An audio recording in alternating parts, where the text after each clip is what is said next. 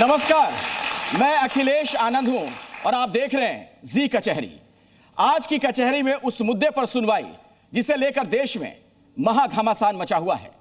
नवरात्रि से दिल्ली से लेकर देश भर के तमाम हिस्सों में गरबा और डांडिया उत्सव चल रहे हैं, लेकिन उससे पहले ही बड़ा सियासी तूफान छिड़ गया। दिल्ली में बीजेपी के विधायक रवि नेगी तो खुलेआम यह कह रहे हैं कि गरबा में सिर्फ उसी को एंट्री मिलेगी जो हिंदू होगा। इसके लिए उन्होंने मोर्चा खोल दिया।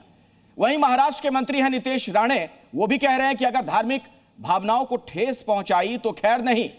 इन सब के बीच दिल्ली में ही बीजेपी के एक और विधायक तरविंदर मारवाह कह रहे हैं कि वो नवरात्र में नॉनवेज नहीं बिकने देंगे। बीजेपी के विधायक रवि नेगी का तो यह भी कहना है कि गरबा में गैर हिंदुओं की एंट्री से लव जिहाद की घटनाएं बढ़ती हैं। उनके इस बयान पर विरोध की आवाजें भी सामने आ रही हैं। तो आज जी कचहरी में चलेगा बीजेपी विधायक रवि नेगी पर मुकदमा, जो हमारे साथ कचहरी में खुद मौजूद रहेंगे। जोरदार तालियों के साथ स्वागत करिए आज के मेहमान बीजेपी के विधायक रवि नेगी का।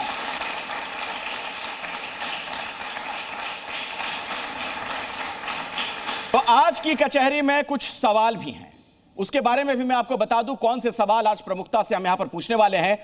गरबा में गैर हिंदुओं की एंट्री पर बैन की बात क्यों कही जा रही है? क्या गरबा में मुस्लिमों के जाने से वाकई लव जिहाद बढ़ेगा?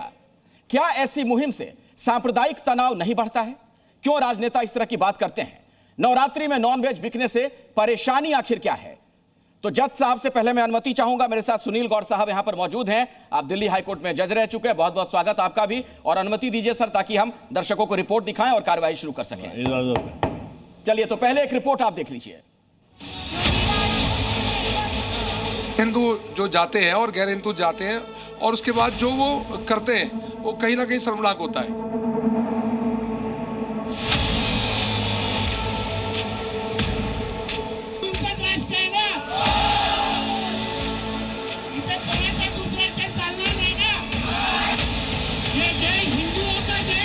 सारी दुकानें बंद पूरी दिल्ली में करवा रहे। हमारे वॉलंटियर पूरी दिल्ली में घूम रहे हैं, सनातन धर्म मंदिर वाले भी। कहीं नवरात्र के नाम पर नॉनवेज की दुकानें बंद की जा रही हैं। दिल्ली से लेकर वाराणसी और महाराष्ट्र तक गरबा के लिए गाइडलाइन बनाई जा रही है। दिल्ली में बीजेपी विधायक रवि नेगी ने गरबे में गैर हिंदुओं की एंट्री रोकने के लिए सीएम रेखा गुप्ता को लेटर लिखा है। रवि नेगी का तर्क है कि अगर ऐसा नहीं किया तो लव जिहाद की घटनाएं बढ़ सकती हैं।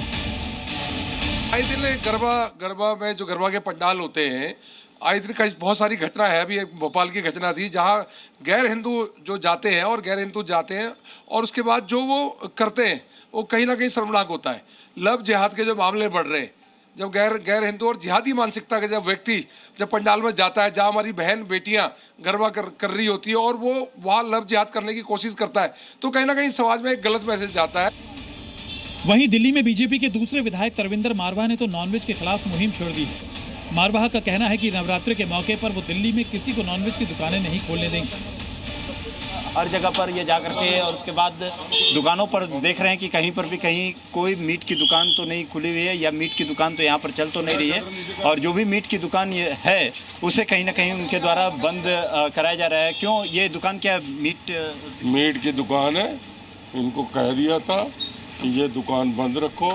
ये कह रहे हैं कि माल बचा हुआ था, तब ये दुकान अभी बंद करो। विवाद सिर्फ दिल्ली तक सीमित नहीं है। वाराणसी से लेकर महाराष्ट्र तक हिंदू संगठन मांग कर रहे हैं कि गरबा में भाईजान की एंट्री बंद की जाए। साथ ही नवरात्र के दौरान मीट की दुकानों पर ताला लगाया जाए ताकि उनकी धार्मिक भावनाओं को ठेस न पहुंचे। सवाल यह है कि क्या मीट बैन और गरबा में गैर हिंदुओं को रोकने की मांग जायज है?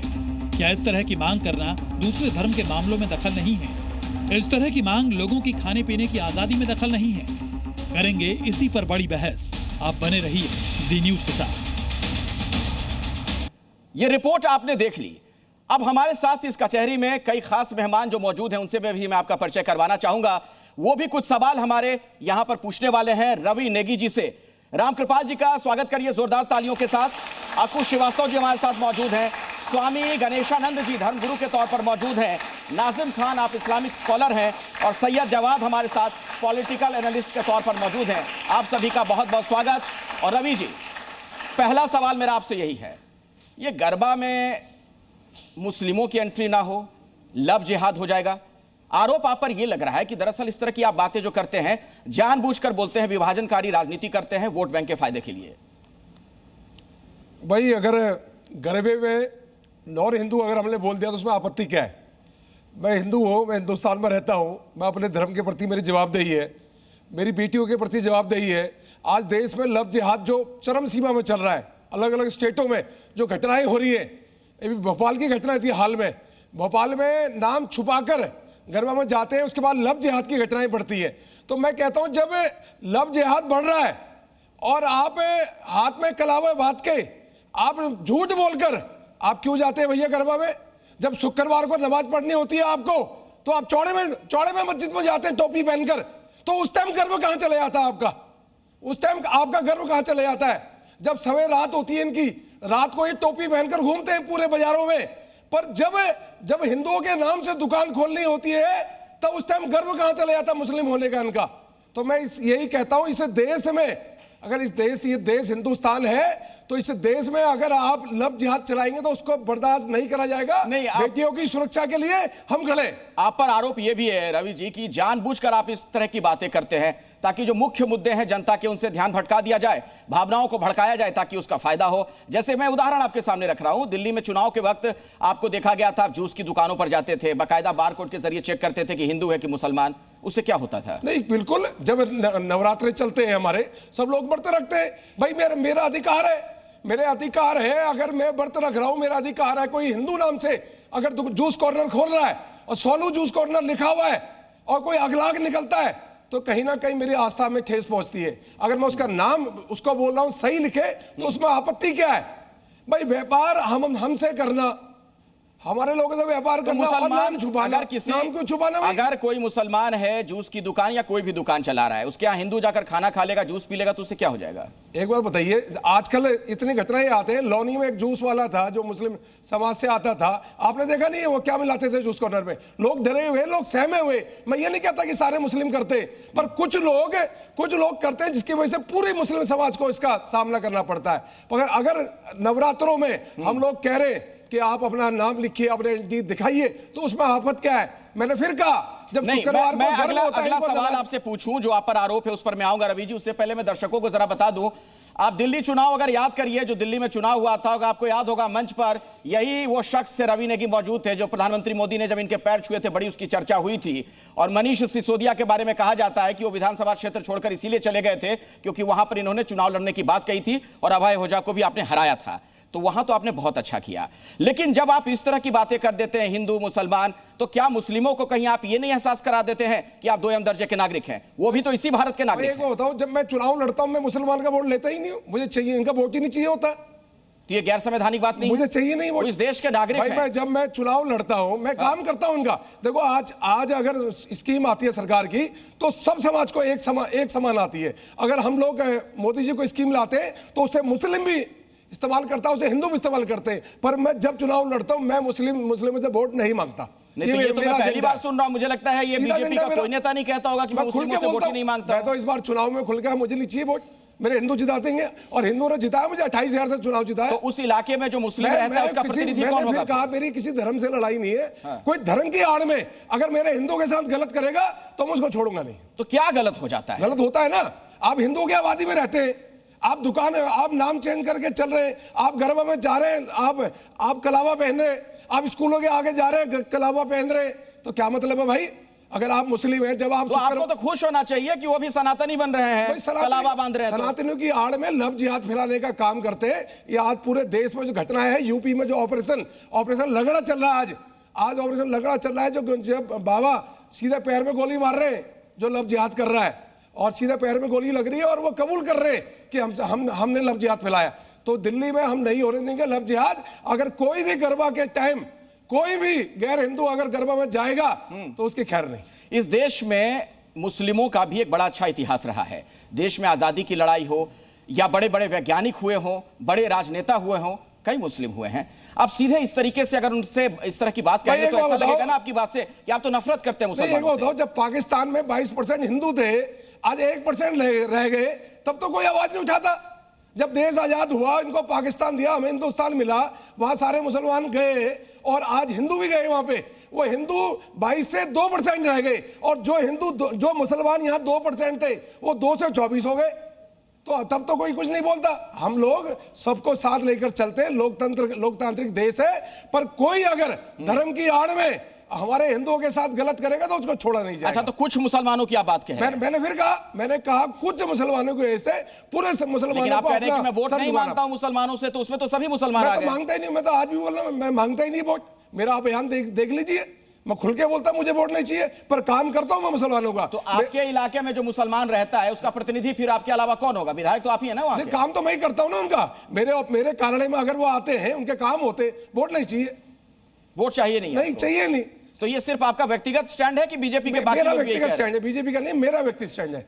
मुझे वोट नहीं चाहिए, मैं काम करता हूं, सारे मुसलमानों को मैं काम करता हूं। कभी भी मेरे कार्यालय में आएंगे, आप सब मुसलमान भाई मिलेंगे, सरकार से सुविधा सब लेंगे, वोट नहीं देंगे क्योंकि इनको लगता है कि हम हिंदू मुस्लिम करते हैं। भाई सबका साथ, सबका विश्वास। मैंने फिर कहा, आज योजनाएं देश में आ रही है तो उससे बराबर उसे हिंदू भी प्रयोग करता है, उसे मुसलमान भी प्रयोग करता है।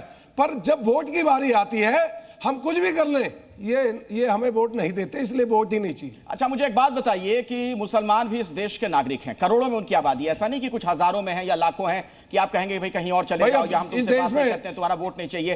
क्या देश इससे कमजोर नहीं होगा जब आप उनको शक की निगाह से देखेंगे? मेरे आइडियल अब्दुल कलाम है, मैं उनको मानता हूं। इस देश में ऐसे भी मुसलमान हुए जिनको हम मानते हैं, पर कुछ मुसलमान के चक्कर में जो पूरी कौम को जो झुकना पड़ता है, वो कहीं ना कहीं सबको दिख रहा है। अच्छा नेगी साहब, यहाँ पर जो मेरे साथ तमाम बैठे हुए गेस्ट वो भी आपसे सवाल पूछेंगे, लेकिन उससे पहले मेरा एक सवाल है, बड़ा ईमानदारी से जवाब दीजिएगा। आप कचहरी में हैं, कटघरे में आप बैठे हुए हैं, मुझे ईमानदारी से आप बताइए कि वाकई में आप मुसलमानों से इस कदर नफरत करते हैं कि आप कह रहे हैं कि मुझे वोट नहीं चाहिए, या वोट के लिए सब कुछ करते हैं आप? भाई ये दिल से बोल रहे हैं या वोट के लिए बोलते हैं? मैंने फिर कहा मेरी नफरत नहीं है भाई मुसलमानों से, पर मुझे पता उन्हें वोट ही नहीं देना, इसलिए मैं वोट ही नहीं चाहिए तुम्हारा। जब वोट देना ही नहीं है, मैं 2020 में चुनाव लड़ा सिसोदिया के खिलाफ, तो एक मुसलमानों का बूथ है, उस बूथ से मुझे मात्र 75 वोट पड़े, और सिसोदिया जी को पड़े 2900 वोट, मुझे पड़े 75 वोट। अब जब मुझे वोट ही नहीं दे रहा तो मुझे वोट क्यों मांगना इनसे? इसलिए भाई वोट नहीं चाहिए, काम करेंगे, वोट नहीं चाहिए। अच्छा, कि मैं जीताऊ फॉर्मूला तो नहीं इजाद कर लिया आपने? है जी, मैच जीताऊ फॉर्मूला तो आपने नहीं इजाद कर लिया है, ये कि मुसलमानों के खिलाफ बोलो, अपने इलाके में हिंदू ज्यादा हैं, वो एकीकृत हो जाएंगे, ध्रुवीकरण वोटों का होगा, मेरा फायदा हो जाएगा, मैं जीत जाऊंगा आराम से। ओवैसी साहब हैदराबाद से अगर मुस्लिम करे तब तो किसी को आपत्ति नहीं है। अगर रवि नेगी जैसा आदमी अगर हिंदुओं का पक्ष ले तो सबको पेट में दर्द हो जाता है। आप बताइए, ओवैसी चिल्लाता है वहां से, कोई कुछ नहीं बोलता। अगर रवि नेगी हिंदुओं की आवाज उठाए तो इस देश में वो हो जाता कि हिंदू मुस्लिम कर रहे हैं जी, हिंदू मुस्लिम कर रहे हैं जी। सैयद जवाब, आप कुछ पूछना चाहेंगे इनसे? जी, सभी को मेरा जय हिंद, जय संविधान। देखिए, रवि नेगी साहब ने इस वक्त तो आदरणीय प्रधानमंत्री जी को अपमानित करने वाली बात कही है, और वो किस बुनियाद पे कही है? क्योंकि आदरणीय प्रधानमंत्री जी कहते हैं कि सबका साथ, सबका विकास, सबका विश्वास, और ईद में जो है आदरणीय प्रधानमंत्री जी जो हैं वो मुसलमानों के घर से आया हुआ खाना भी खाते हैं। अच्छा, बड़ी इनकी आस्थाएं जो हैं बहुत जल्दी, रवि नेगी साहब की आस्था जो है बहुत जल्दी जो है वो आहत हो जाती। अभी आपको पता है जीएसटी महोत्सव चल रहा है, आपने भी बनाया होगा, बीफ के ऊपर 0 जीएसटी लग रही है साहब, इसी सरकार ने लगाई इसी नवरात्रे के अंदर। आपने कुछ करा सरकार के खिलाफ? बोलेंगे आपके दो अल्फाज बोल करके दिखाएंगे अपनी सरकार के खिलाफ। अच्छा चलिए, ये तो बड़ी बात है, आप नहीं बोल पाएंगे। आपको अपना मैनिफेस्टो याद है दिल्ली का, जो 500 रुपए में आप सिलेंडर बांट रहे थे, 2500 रुपए औरतों के खाते में आ रहे थे, 300 यूनिट बिजली फ्री हो रही थी, वो यहाँ दिल्ली की जनता को असल में दिखाई नहीं पड़ रही। इसीलिए जो ध्रुवीकरण के मुद्दे हैं वो जानबूझ करके उठाए जाते हैं, जो एक सेलेक्टिव नैरेटिव है। और इस देश के अंदर जो मुसलमानों की स्थिति है वो आपको पता है कि दलितों से ज्यादा खराब है। जब आप जैसा जिम्मेदार व्यक्ति अगर इस तरीके की बातें करेगा तो आने वाले वक्त में क्या रिप्रेजेंटेशन होगा? तुम्हारे विचार की कदर कर रहा हूं, पर आपने कहा कि इस देश में मुसलमान नहीं है सुरक्षित। आप बताइए, मैंने फिर कहा, लफ्ज ही नहीं कहा। आपने कहा ना मुसलमान, मैंने कहा स्थिति अच्छी नहीं है, बुरा है। नहीं, स्थिति अच्छी, ये मेरे सच्चर कमेटी और कुंडू कमेटी की रिपोर्ट है सर। आप ही बोलिए। मैंने कहा सच्चर कमेटी और कुंडू कमेटी की रिपोर्ट मौजूद है। तुम लोगों को सुनने की आदत नहीं है। नहीं, बिल्कुल है। सुनिए ना, मैंने सुना आपकी बात, मैंने सुनी ना आपकी बात। इसी देश, मैंने फिर कहा, इसी देश में अगर आवासीय योजना आती है, प्रधानमंत्री को योजना लाते तो सबको मिलती है, ऐसा नहीं है कि वो हिंदू को मिलती है। इस देश में कोई भी योजना आती है तो सबसे पहले हिंदू मुस्लिम दोनों भाइयों को दी जाती है। पर इस देश में जब कश्मीर में घटना होती है, जब धर्म पूछ के गोली मारी जाती है, तो कहां जाते हैं मुसलमान? तो आपकी क्यों नहीं सरकार बोलते? की विफलता क्यों नहीं बोलते? है। आपकी सरकार क्यों नहीं मौजूद बोलते आप थी, लोग? गृह मंत्रालय से सवाल करा गया और ऑपरेशन- किरण रिजिजू साहब ने कहा, इन्हीं के मंत्री ने कहा कि हमसे चूक हो गई। किरण रिजिजू साहब कह रहे हैं कि चूक हो गई, आप वहां दूसरा नैरेटिव सर्च कर रहे हैं। एक भी मुसलमान ने ऑपरेशन सिंदूर की तारीफ एक ने नहीं करी। अरे कर्नल सोफिया किसी ने नहीं कुरैशी करी आकर के ऑपरेशन बैठी सिंदूर की है, तारीफ। कर्नल सोफिया कुरैशी रिप्रेजेंट कर रही थी। मैंने कहा हो सकता है वो हिंदू में भी हो कुछ लोग जो हिंदू समाज को खराब करते हो, पर कुछ लोग आप में हैं, वो दिख रहा है। तो मेरा यही कहना है कि अगर मैंने कोई बात करी, मैंने बोला कि गरबा में नॉन हिंदू नहीं जाएंगे, तो उसमें गलत क्या है? लव जिहाद के मामले चल रहे हैं, दिख रहे हैं लोगों को, सोशल मीडिया दिखा रहा है। मैं कहता हूं कि जूस की दुकान में नाम लिखिए आप अपने हिंदू, आपका जो मुसलमान नाम है, उसमें दिक्कत क्या है? आपने लोनी की घटना देखी, पेशाब मिलाते थे जूस में, एक मुस्लिम समाज का व्यक्ति पकड़ा गया खुलेआम, तो उसमें गलत क्या? अगर मैंने नाम के लिए बोला, मैंने ये तो नहीं कहा पूरी कौम नाम लिखे, मैंने कहा जो लोग गलत कर रहे हैं वो नाम लिखे, उसमें गलत क्या है? अगर चुनाव के समय में मुझे वोट नहीं मिला वहां से, मैंने कहा नहीं चाहिए वोट तुम्हारा, जब मुझे देते ही नहीं हो मैं काम करूंगा तुम्हारा। मैंने फिर कहा मेरे कार्यालय में सब मुस्लिम बहनें आती है, बच्चे आते हैं, मैं करता हूं उनके काम, पर उसमें गलत क्या है? अगर उसको आप हिंदू मुस्लिम लेकिन में जब लेकर इतना जाओ, मुसलमानों को लेकर आप बोलते रहेंगे तो आपसे मदद मांगने फिर कैसे कोई पहुंचेगा? आते हैं लोग मेरे पे, उनको पता है काम करता है ये। अच्छा। आप भी देखिए मेरे कार्यालय में मुसलमान आते और काम करता हूं उनके। मैंने फिर कहा काम मैं करता हूं, पर वोट वो देते नहीं है, मुझे चाहिए नहीं। अच्छा, स्वामी गणेशान जी। असल में ये सच्चे और अच्छे व्यक्ति हैं, इसलिए इनके ऊपर उंगलियां उठाई जा रही हैं। ये बिल्कुल धर्म के लिए और देश के लिए अच्छा कार्य कर रहे हैं। हम इनका सम्मान करते हैं, हम आपको सल्यूट करते हैं। कोई सवाल? जय हिंद, जय भारत। कुछ मन में सवाल? नहीं, कोई सवाल नहीं, मैं इनका समर्थन करता हूँ। समर्थन करते हैं। अक्कू जी, ठीक है। नाजिम खान जी। हाँ, देखिए माननीय विधायक जी ने ऑपरेशन सिंदूर की भी बात करी थी, तो मैं ऑपरेशन सिंदूर से बात करता हूँ। देखिए ऑपरेशन सिंदूर के अंदर जिस तरीके से हमारे भारतीय भाइयों को मारने के लिए जिस तरीके से इंसान की शक्ल में हैवान आए थे, वहीं पर इंसानियत को बचाने के लिए इंसान की शक्ल में मुसलमान थे। ये पूरे देश ने देखा। और अभी आपने कहा कि भी भारत के किसी भी मुसलमान ने ऑपरेशन सिंदूर के बीच में कोई आके समर्थन नहीं करा। 140 करोड़ की आबादी में भारत का मुसलमान भी है, और इसी पूरी दुनिया के अंदर डंका बजाने वाले बैरिस्टर असदुद्दीन ओवैसी साहब को एक डेलीगेशन के तौर पर पूरी दुनिया के अंदर भारत के लिए भेजा गया था। इस बात को पूरी दुनिया जानती है। और रही बात यह कि अभी आपने कहा कि गरबा में जो गैर मुस्लिम गैर हिंदू जो आते हैं तो वो नाम बदल के आते हैं, आपने इस तरीके का कहा। तो आप ही तो लोग ये कहते हैं कि भी यहाँ पर अपनी आइडेंटिटी बताइए। पहले तो आप कहते खुद उकसाते कि अपनी आइडेंटिटी बताइए, वो आइडेंटिटी बताते हैं, फिर वो जैसी गरबा के अंदर आते हैं तो फिर मार पीट के उसको कह देते हैं भाई ये तो लव जिहाद करने के लिए।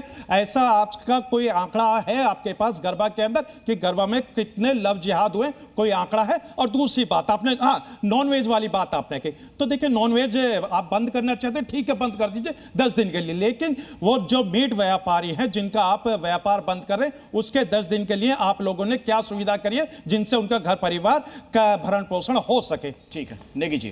देखो भाई, मैंने फिर कहा मंदिरों के आगे अगर कोई मांस की दुकान खुलती है, मेरा व्रत है, मैं मंदिर जा रहा हूँ, घंटी बजा रहा हूँ और सामने बकरा कट रहा, तो मेरी आस्था में ठेस पहुंचती है। मैं लिए वो सैकड़ों हिंदुओं की आस्था में ठेस पहुंचती है। अगर नवरात्र के समय में मंदिर के 100 मीटर के दायरे में हम अगर दुकानें बंद करा रहे हैं और वो भी उनकी रजामंदी से जो व्यापार कर रहे हैं, तो उसमें आपत्ति क्या है भाई?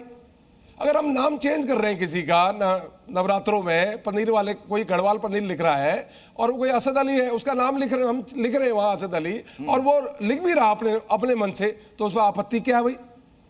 भाई हम ये कह रहे हैं जब शुक्रवार को नमाज पढ़ी जाती है तो चौड़े में हर कोई टोपी पहन के जाता है, उसे गर्व होता है कि वो मुसलमान है। जब मैं नवरात्रों में व्रत रखता हूं मुझे गर्व होता है मैं हिंदू हूं, पर वो गर्व नाम लिखने में कहां चले जाता है? वो गर्व में कहां चले जाता है? क्यों नहीं बताते उस टाइम अपनी आइडेंटिटी बताने में दिक्कत क्या है? किसको आइडेंटिटी बनाने में दिक्कत है बताइए? आपको दिक्कत है? आपका नाम आप अपनी आइडेंटिटी बता रहे हैं, आपको कोई आपत्ति है क्या आइडेंटिटी बताने में? मेरे से पूछ लो, मैं बताऊंगा। पर नाम छुपा के लव जिहाद करना है, नाम छुपा के व्यापार करना है, नाम छुपा कर हर काम कर रहे हैं, और सनातन को गाली देनी है, व्यापार भी हमसे करना है और गाली भी सनातन को देनी है। चलिए खैर, ये सब मंदिर मस्जिद हिंदू मुसलमान आपने कर लिया।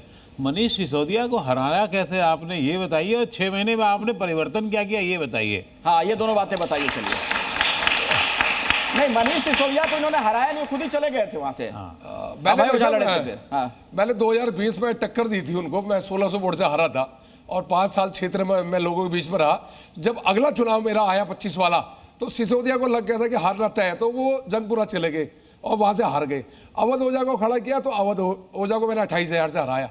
और 6 महीने के अंदर आप मेरी पटपड़गंज विधानसभा के अंतर्गत जाएंगे तो आपको काम नजर आएंगे। सबसे बड़ा काम कि मैं सड़क में नजर आता विधायक, आप सोशल मीडिया के माध्यम से देखेंगे, मैं कहीं जल भराव होता हूँ वहाँ खड़ा हो जाता हूँ, कहीं पानी भरता है वहाँ खड़ा हो जाता हूँ। मतलब सारे काम हम खड़े होकर कर रहे हैं। पर 12 साल की गंदगी और 27 साल की गंदगी कांग्रेस और आम आदमी वो 6 महीने में ठीक होने वाली नहीं है। पर इतना विश्वास दिला रहा हूँ, अगले 5 साल में दिल्ली बेहतर होगी। जो दिल्ली की कल्पना लोग सोचते हैं कि मेरी दिल्ली सबसे अच्छी हो, और सबसे अच्छी दिल्ली होगी 5 सालों के अंदर। अच्छा चलिए, तो हमारे दर्शकों ने ये पूरी कार्यवाही देखी है और अब वक्त हो चला है हमारे जज साहब से फैसला सुनने का। आपने ये पूरी कार्यवाही सुनी, तमाम लोगों के तर्क आपने सुने, जो जवाब दिए नेगी साहब ने। अब मैं आपका मत इस पर जानना चाहूंगा। देखिए, जो नेगी साहब ने बात उठाई है वो वाजिब बात है, मगर ये कहना कि हमें मुस्लिम्स का साथ नहीं चाहिए, ये बात थोड़ी अटपटी लगती है। क्योंकि हम जैसे मोदी जी का कहना है सबका साथ सबका विकास होना चाहिए, उसको आगे रखते हुए, मगर दूसरी तरफ ये भी है कि मुस्लिम जो समाज है उनको भी चाहिए, उनके भी जिम्मेदारी बनती है कि जो लोग गड़बड़ कर रहे हैं उनके खिलाफ वो भी आवाज़ उठाएं। और अगर मुस्लिम्स वोट नहीं देते तब नेगी जी का ये कहना भी मैं उनकी वोट नहीं मांगता, वो इसलिए नहीं मांगते क्योंकि उनको वोट देते ही नहीं है। तो ये भी वाजिब है कहना उनका। चलिए, मगर फाइनली मेरा ये कहना है कि हमें एक देश में एक मिलके रहना चाहिए और हमें समाज को में सुधार लाने चाहिए और हिंदू मुस्लिम्स में बंटवारा नहीं होना चाहिए, ये कहना है मैंने। ठीक है, जस्टिस सुनील गौर साहब, आपका बहुत बहुत धन्यवाद। मैं उम्मीद करता हूं कि जो सलाह यहां पर नेगी साहब को दी गई है उसका वो पालन करेंगे। हमारी कचहरी में आने के लिए बहुत बहुत धन्यवाद आपका। विवाकी के साथ आपने तमाम सवालों के जवाब दिए, बहुत बहुत धन्यवाद। तमाम खबरों के लिए आप जुड़े रहिए हमारे साथ, देखते रहिए जी न्यूज़।